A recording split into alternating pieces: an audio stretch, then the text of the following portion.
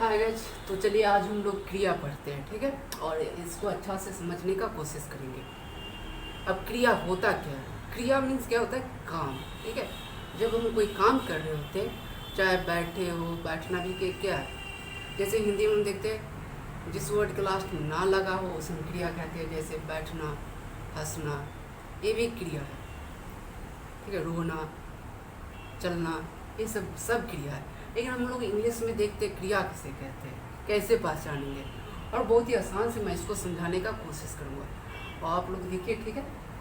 A word showing an action state the position is called verb, ठीक है, क्रिया। एक ऐसा वर्ड जो हमको एक्शन दिखाएगा कि काम क्या कर रहा है, क्या एक्शन हो रहा है। स्टेट, किस स्थिति में, कौन से स्टेट में, किस स्थिति में। पोजीशन, उसका अधिकार क्या है। तो ये सब चीज़ जब रहेगा तो हम उसको क्या मानेंगे कि ये सब क्रिया होने का, क्रिया चल रही है इससे। तो word showing an action state position, जिस सब से क्रिया, ठीक है, अधिकार या उसकी स्थिति का पता चले उसे हम क्या कहते हैं, क्रिया कहते हैं। तो फर्स्ट हम लोग देखते हैं फर्स्ट एग्जाम्पल। मैं यह किताब रोज पढ़ता हूँ, ठीक है। तो I read this book every day. मैं क्या करता हूँ, यह किताब रोज पढ़ता हूँ। क्या करने का काम करता हूँ, पढ़ने का काम करता हूँ। यहाँ पे देखिए थोड़ा सोचना पड़ेगा। मैं यह किताब रोज पढ़ता हूँ, क्या करने का काम करता हूँ, रोज पढ़ने का काम करता हूँ। काम यहाँ पे किस चीज़ का हो रहा है, पढ़ने का। तो this is the action word, यही एक्शन हुआ, क्रिया। किस चीज़ का काम कर रहा हूँ, मैं यह किताब रोज पढ़ता हूँ, पढ़ने का काम कर रहा हूँ। तो दिस इज, ये क्या शो कर रहा है कि एक्शन हो रहा है। किस चीज़ का एक्शन हो रहा है, पढ़ने का काम हो रहा है, ठीक है। नेक्स्ट हम लोग आते हैं, मैं उससे प्यार करता हूँ जो मुझसे प्यार करता है। तो I love one who loves me. मैं उससे प्यार करता हूँ, करने का काम कर रहा है, मैं उससे प्यार करता हूँ। I love one who loves me, जो मुझसे प्यार करता है। मैं उससे प्यार करता हूँ, मैं उससे प्यार करता हूँ जो मुझसे प्यार करता है, ठीक है। करने का काम कर रहा है, यानी कोई एक्शन हो रहा है, ठीक है। नेक्स्ट हम लोग आते हैं, वो सुंदर लगती है। सी लुक्स ब्यूटीफुल। क्या दिखा रहा है, स्टेट दिखा रहा है कि वो कैसी दिखती है, ब्यूटीफुल, यानी सुंदर लग रही है। वो स्टेट दिखा रहा है, किस स्थिति में कैसी दिखती है, दिखने में कैसी लगती है, स्टेट दिखा रहा है। लुकिंग ब्यूटीफुल, सी लुक्स ब्यूटीफुल, सुंदर दिखती है। सोचना है वो कैसी दिखती है, किस स्टेट में है, ठीक है। नेक्स्ट हम लोग आते हैं, तुम्हारे पीछे कौन है, वो इज बिहाइंड यू। कौन है तुम्हारे पीछे, किस स्थिति में है, वो इज बिहाइंड यू, ठीक है। ये बोध क्या कर रहा है, स्टेट दिखा रहा है कि किस स्थिति में, वो इज बिहाइंड यू, ठीक है। तो इज यहाँ पे क्या हो गया, एक्शन वर्ड। यहाँ पे लुक क्या हो गया, एक्शन वर्ड। नेक्स्ट हम लोग आते हैं, मेरे पास तुम्हारे लिए एक उपहार है। I have a gift for you. I have, मेरे पास है, कुछ है मेरे पास। I have a gift for you, मेरे पास है कुछ पोजीशन, कुछ है मेरे पास। जैसे आई हैव अ मार्कर, मेरे पास मार्कर है, तो मेरा अधिकार आई हैव, मेरा अधिकार है। तो ये जो हैव है क्या दिखा रहा है, अधिकार, पोजीशन। तो जिसमें एक्शन दिखाएगा, स्टेट दिखाएगा, पोजीशन दिखाएगा, उसी को हम क्या बोलते हैं, क्रिया। तो जो शब्द, ठीक है, जो शब्द एक्शन, क्रिया, ठीक है, स्थिति और अधिकार का बोध कराए उसी को हम क्या कहते हैं, क्रिया, ठीक है। और ये जो मेनली होता है टू टाइप। तो चलिए हम लोग नेक्स्ट देखते हैं, वर्ब जो होता है, क्रिया होता है टू काइंड्स होता है, ठीक है। There are two kinds of verb, ठीक है, दो प्रकार के वर्ब होता है। तो फर्स्ट होता है मेन वर्ब, ठीक है, या प्रिंसिपल वर्ब भी इसे बोला जाता है। इसका मुख्य, इसका नाम ही है मेन वर्ब। अब जैसे देख लीजिए, फैमिली में कोई एक मेन आदमी होते हैं, फैमिली को चलाने वाले, ठीक है, तो उसको मेन आदमी बोलते हैं कि हेड है, ये घर के मुखिया है। तो जैसे यानी इसी तरह से समझिए, याद रखिए, मेन वर्ब यानी मुख्य क्रिया, ठीक है। जैसे स्कूल में प्रिंसिपल होते हैं, वो मुख्य होते हैं, ठीक है, प्रिंसिपल, इसीलिए इसको बोला जाता है प्रिंसिपल वर्ब यानी मुख्य क्रिया, ठीक है, मेन वर्ब।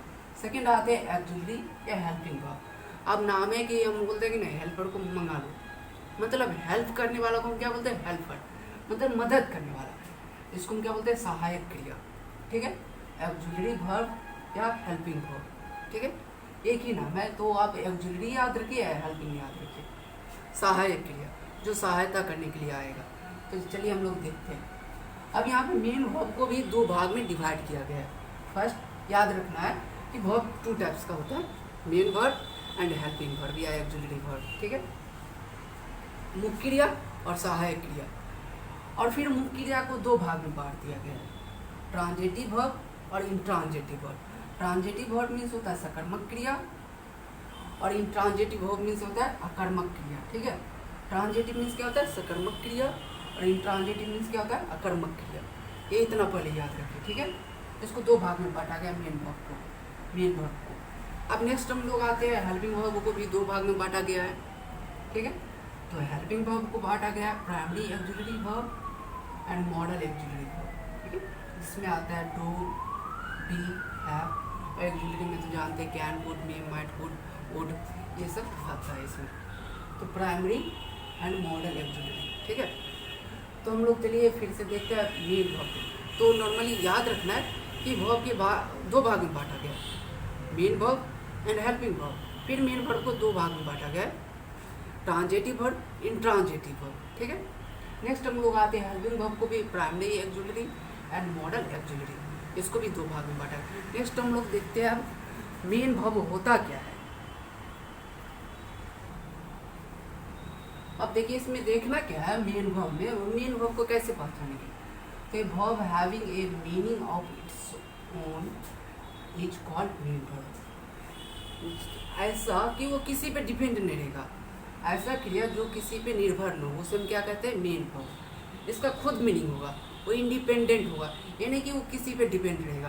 तो मेन आदमी जो होता है वो किसी पे डिपेंड रहता है, नहीं, वो खुद में एक क्या होता है, प्रमुख होता है। तो verb having a meaning of its own is called main verb. ऐसा क्रिया जो बिना किसी सहायता के काम करे, ठीक है। तुम जैसे हम लोग देखते हैं, आई गो, मैं जाता हूँ, मैं क्या करता हूँ, जाता हूँ, किसी पे निर्भर नहीं हूँ, मैं जाता हूँ, खुद जाता हूँ, ठीक है। आई गो, मैं जाता हूँ, समझना यहाँ पे ये इंडिपेंडेंट है, ये किसी पे डिपेंड नहीं। आई गो, मैं जाता हूँ, काम करने का काम कौन कर रहा है, मैं जाता हूँ, किसी का ज़रूरत नहीं यहाँ पे। अब यहाँ पे देखिए, नेक्स्ट देखते हैं, सी राइट्स लेटर, वो चिट्ठी लिखती है, वो किसी दूसरे पर निर्भर नहीं है। सी राइट्स लेटर, वो चिट्ठी लिखती है। सी राइट्स लेटर, वो चिट्ठी लिखती है। सी राइट्स लेटर, वो क्या करने का काम कर रही है, चिट्ठी लिखने की काम कर रही है, इंडिपेंडेंट है, डिपेंडेंट नहीं है। तो उसे मेन वर्ब जो होता है किसी पे डिपेंडेंट नहीं होता है, वो खुद में एक क्या होता है, प्रमुख होता है, एक मुख्य होता है, ठीक है। इसके बाद हम लोग नेक्स्ट आते हैं कि डांस है, वो नाचता है, किसी पे निर्भर नहीं करता, वो नाचता, खुद नाचता है, ठीक है। आई टीच यू, मैं तुम्हें पढ़ाता हूँ, आई टीच यू, मैं तुम्हें पढ़ाता हूँ। तो यहाँ पे टीचिंग करने का क्या है, इंडिपेंडेंट है, खुद मैं कर रहा हूँ, कोई दूसरा नहीं कर रहा है, मैं किसी दूसरे पर निर्भर नहीं। तो आई टीच यू, मैं तुम्हें पढ़ाता हूँ। तो जो क्रिया खुद यानी इंडिपेंडेंटली हो, किसी पे निर्भर हो, उसी को हम क्या बोलते हैं, मेन वर्ब, ठीक है।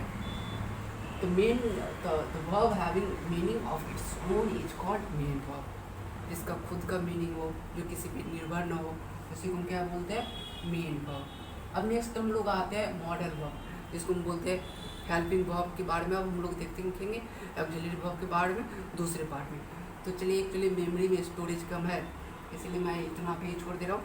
नेक्स्ट वीडियो में मैं आपको हेल्पिंग वर्ब के बारे में मैं बताऊँगा, ठीक है।